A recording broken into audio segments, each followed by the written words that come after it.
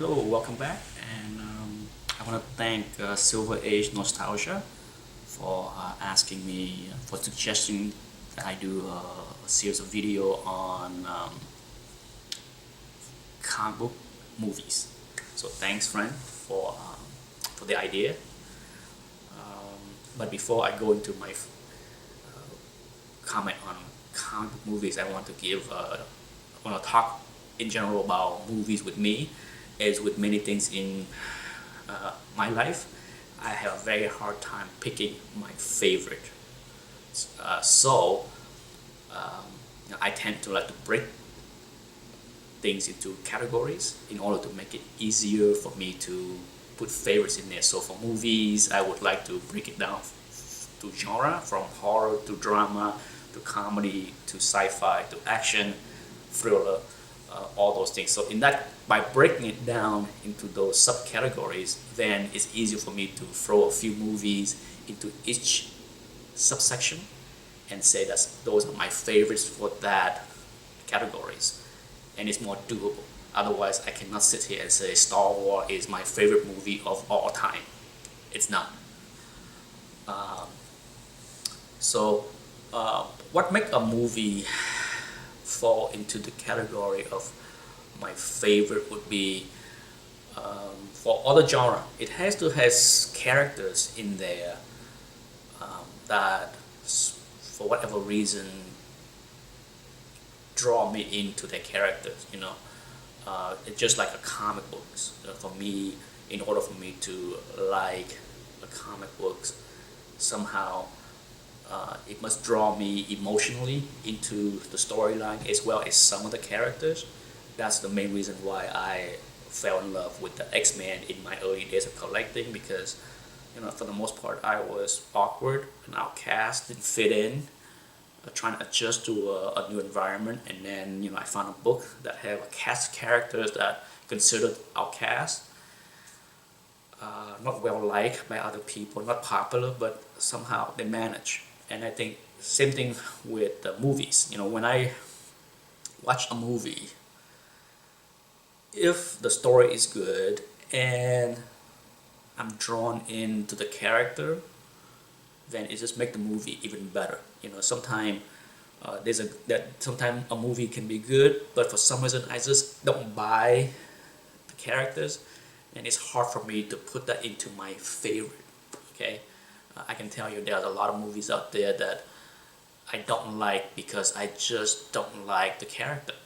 So for me to if I want to enjoy a superhero movies, I would hope that the superheroes in that movie draw me in emotionally into his character, so that it's more believable and relatable.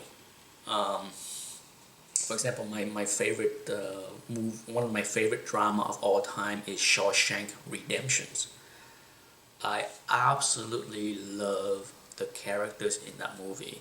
The two main characters in that movie uh, draw me in right away, and I love everything. Not that I can relate to them because not that I ever been in prison, but I can relate about the hope, about um, not giving up on hopes, and how that keeps you alive, and all that good stuff. So I watched Shawshank Redemption a million times because I absolutely love the characters.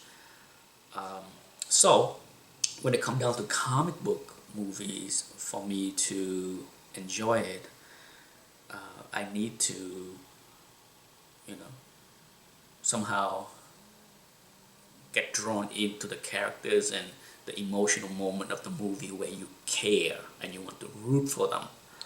Um, so let's, instead of picking my favorite comic book movies, which would be hard to do, I like to just focus on for this video just Spider-Man. Out of the four Spider-Man movies out there, I would rank Spider-Man 2 is my favorite, and then the other three is a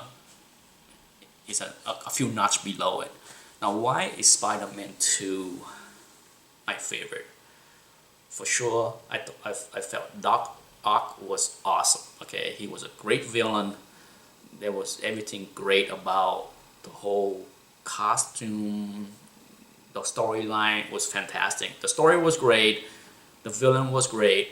But what's great about that movie for me was the interaction between Peter Parker and Mary Jane.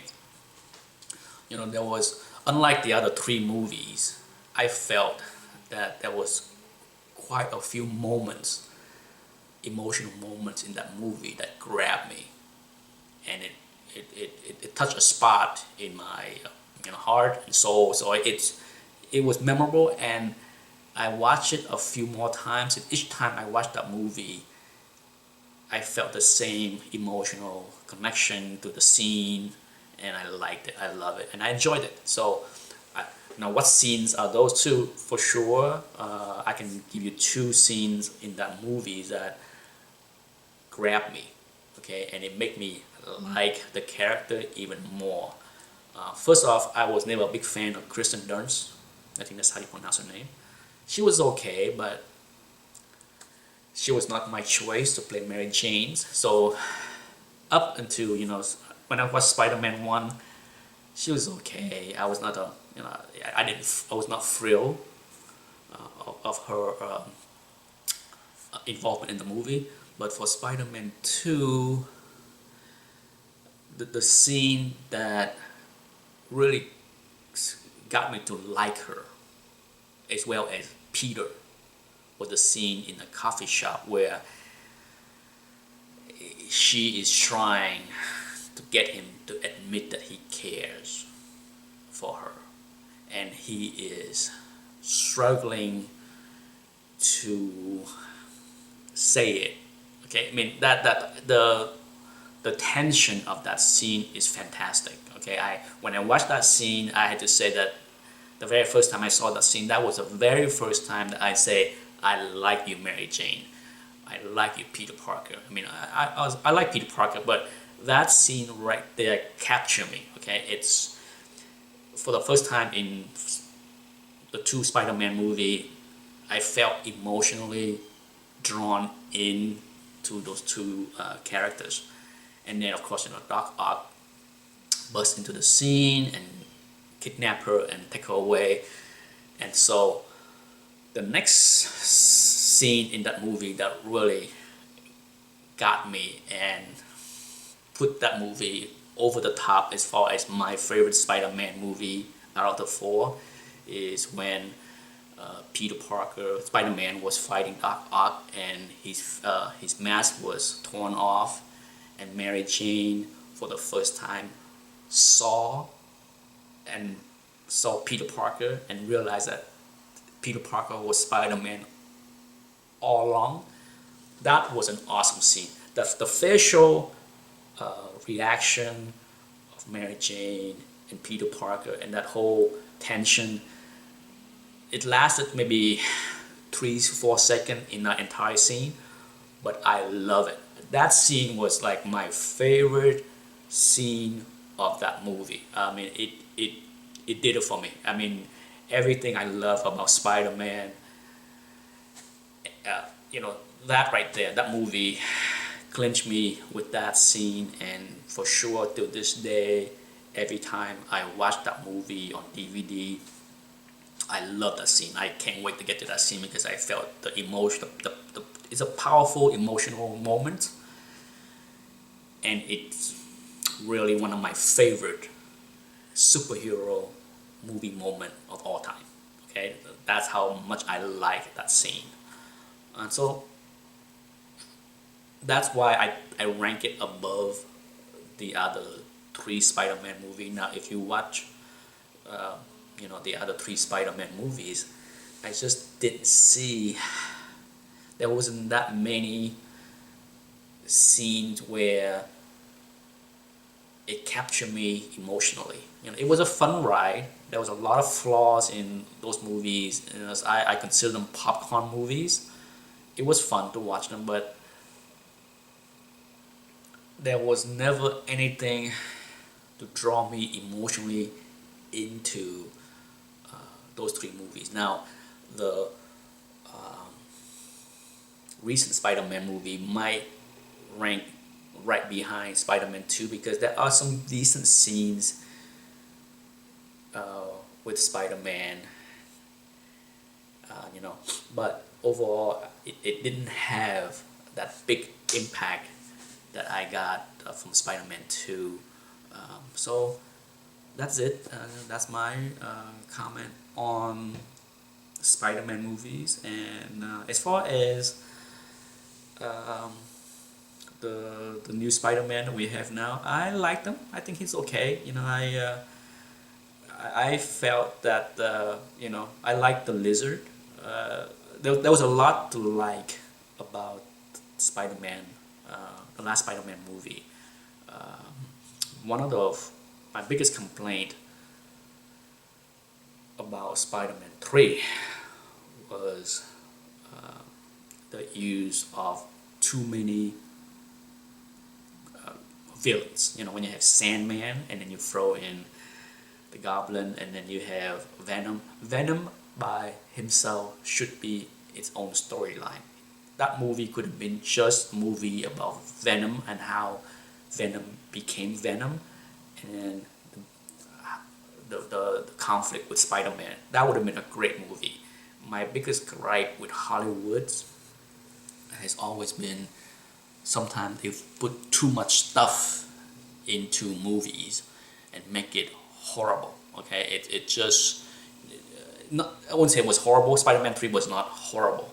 It was watchable, but I only seen it once and I don't have an urge to rewatch it. While I have seen the other three movies multiple times because I find them more enjoyable. I thought Spider-Man 3 was, you know, if I have to give it a grade, I gave it a 2 star out of 4. That's it. To me, 2 out of 4 mean watch it once and be done. I would not. If I give a movie 1 out of 4 star, that means avoid. Okay, but if I give it 2 out of 4, that means I say, you know, go ahead, watch it. You probably think it's okay. I like it enough where I didn't think it was a waste of money to go spend, you know, $8 to go see it at the theater. But at the same time, I just don't see a need to see it a second time. So, you know, hopefully the next Spider-Man movie that came out, I think next year, will be okay. You know, it's hard for me to measure how good a movie can be based on all the buzz and hype and pictures. You know, it's no way you can tell. You know, I'm sitting here right now, and as many of you have seen, we saw Jamie Foxx in his blue neon looking thing, and I don't know. You know, I let the movie. I will go see it, and I will give it a review when it came out, when I see it. But until then, I have no idea if it's gonna be good or bad.